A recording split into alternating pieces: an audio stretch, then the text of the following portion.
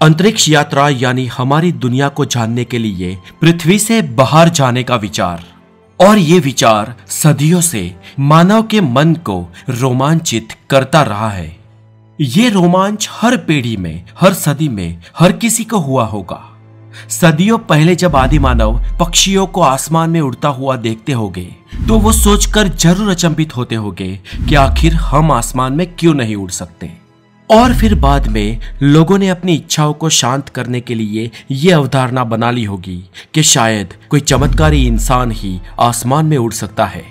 ये उनके बस की बात नहीं है। अब दोस्तों, इस बात पर मुझे यहाँ पर एक किस्सा याद आता है।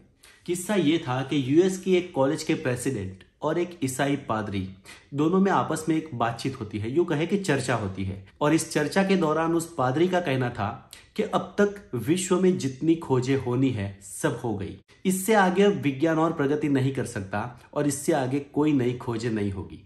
ये वाकया है 1880 के दशक का। इस बात पर कॉलेज के प्रेसिडेंट से रहा नहीं गया और उन्होंने हिम्मत जुटाकर बोल दिया कि ऐसा नहीं है, मैं आपकी बातों से ताल्लुक नहीं रखता हूं। आज से कुछ साल बाद इंसान आसमान में उड़ेगा। इस पर वो पादरी भड़क गए और कहने लगे कि आसमान में कभी इंसान नहीं उड़ सकता, आसमान में सिर्फ परियां या देवी देवता ही उड़ सकते हैं। दोस्तों, मैंने जो आपको ये किस्सा कहा, इस किस्से की खास बात यह है कि वो जो रूढ़िवादी पादरी था उसका नाम था मिल्टन राइट और उसके 2 बेटे हुए। और दोस्तों, ये दोनों वही मशहूर राइट ब्रदर्स थे जिन्होंने इस वाकये के मात्र 30 साल बाद ही हवाई जहाज के जरिए आसमान में उड़ान भरी। और इस तरह इंसान का पक्षियों की तरह आसमान में उड़ना संभव हो गया। हालांकि दोस्तों, यहां से शुरुआत हुई थी हवाई जहाज के युग की, लेकिन हवाई जहाज इंसान को अंतरिक्ष में नहीं ले जा सकते। असल में अंतरिक्ष युग की शुरुआत 4 अक्टूबर 1957 के दिन हुई, जब एक शाम स्पुतनिक नाम का बास्केटबॉल के आकार का एक 84 किलोग्राम के वजन का एल्यूमिनियम का सैटेलाइट पृथ्वी की कक्षा तक पहुंचने वाली पहली मानव निर्मित वस्तु बना। और इसके बाद 12 अप्रैल साल 1961 को रशिया के यूरी गागरिन अंतरिक्ष में पहुंचने वाले पहले इंसान बने। और यही से दोस्तों हम इंसानों के लिए हुआ स्पेस युग का आरंभ। दोस्तों, यूरी गागरिन ने कजाकिस्तान की जमीन से वोस्तोक 1 नाम के अंतरिक्ष यान में बैठकर 12 अप्रैल साल 1961 में स्पेस में प्रयाण किया था। और इसीलिए 12 अप्रैल को हर साल international day of human space flight के रूप में मनाया जाता है। यूरी गागरिन स्पेस से लौटकर वापस सकुशल धरती पर भी पहुंचे और इसके बाद वो एक अंतर्राष्ट्रीय हीरो बन गए।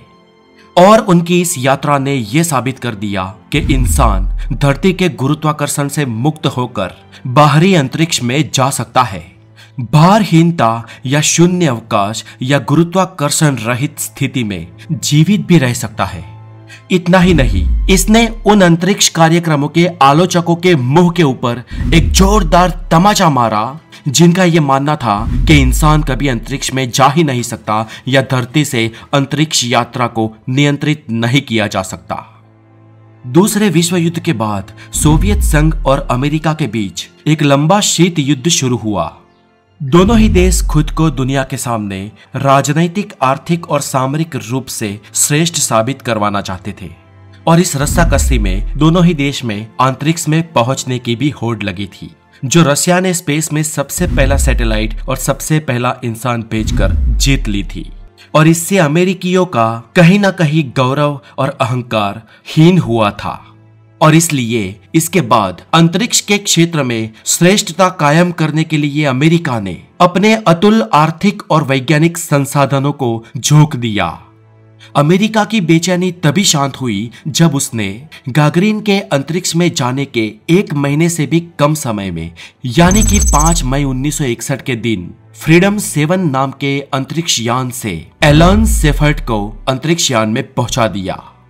और इसके बाद इन दोनों देशों के बीच एक कोल्ड स्पेस वॉर भी शुरू हुआ।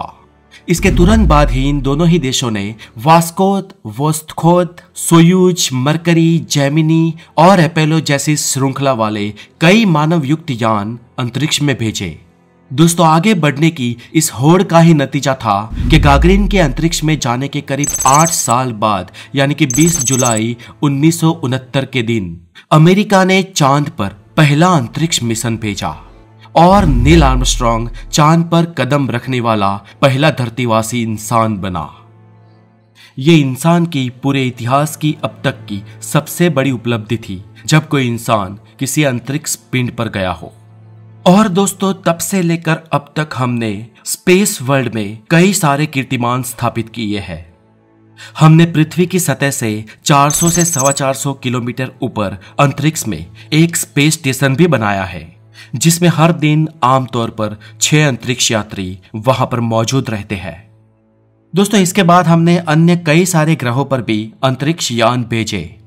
मंगल पर तो हमने कई सारे रोवर भेजे हैं जो मंगल की मौजूदा सतह की स्थिति को आज भी पृथ्वी पर भेजते हैं। दोस्तों पृथ्वी से अंतरिक्ष में भेजे गए 2 महान अंतरिक्ष यान यानी कि वॉयेजर 1 और वॉयेजर 2 तो आज सूर्यमंडल को भी पार करके उससे भी आगे अंतरिक्ष के स्याह अंधेरों में पहुंच गए हैं। और दोस्तों भविष्य में इंसान द्वारा निर्मित कोई वस्तु या इंसान खुद भी अंतरिक्ष में इससे भी आगे जा सकता है। दोस्तों हमारे देश भारत में आज कई सारे ऐसे लोग हैं जो अंतरिक्ष यात्राओं का विरोध करते हैं। ये अंतरिक्ष कार्यक्रमों के आलोचक कहते हैं कि भारत के पैसे और उसके संसाधनों का इस्तेमाल गरीब कल्याण, स्वास्थ्य, आवास और शिक्षा के लिए करना चाहिए, ना कि अंतरिक्ष मिशनों की फिजूल खर्ची प्रोजेक्ट्स पर। तो फिर दोस्तों इन आलोचकों को हमें यह भी पूछना चाहिए कि क्या हमें इस ऊंची ऊंची इमारतों की तकनीक विकसित करनी चाहिए? क्या हमें मेट्रो या बुलेट ट्रेन बनानी चाहिए? क्या चुनावी प्रचार में करोड़ों रुपए खर्च करने चाहिए? दोस्तों इन लोगों को यह समझना होगा कि अंतरिक्ष की तकनीकों के साथ ही चिकित्सा, कृषि, परिवहन और संचार जैसी तकनीकें आपस में जुड़ी हुई है और अंतरिक्ष की यही तकनीकें हमारा भविष्य है, कोई फिजूल खर्ची नहीं। दोस्तों हमारे वैज्ञानिकों ने पृथ्वी के गर्भ से कुछ सुरक्षित जीवाश्मों के अध्ययन से यह निष्कर्ष निकाला है कि हर कहानी का एक अंत जरूर होता है। हम इंसानों का भी इस पृथ्वी पर अंत जरूर होगा। ये धरती हमारे लिए हमेशा और लंबे समय तक सुरक्षित नहीं है, लेकिन कुदरत ने हमें बुद्धि दी है, हमें जिज्ञासा दी है और इस बुद्धि का उपयोग करके हम इंसानियत को किसी तरह जिंदा रख सकते हैं और ये कभी ना कभी इस पृथ्वी को छोड़कर ही संभव होने वाला है।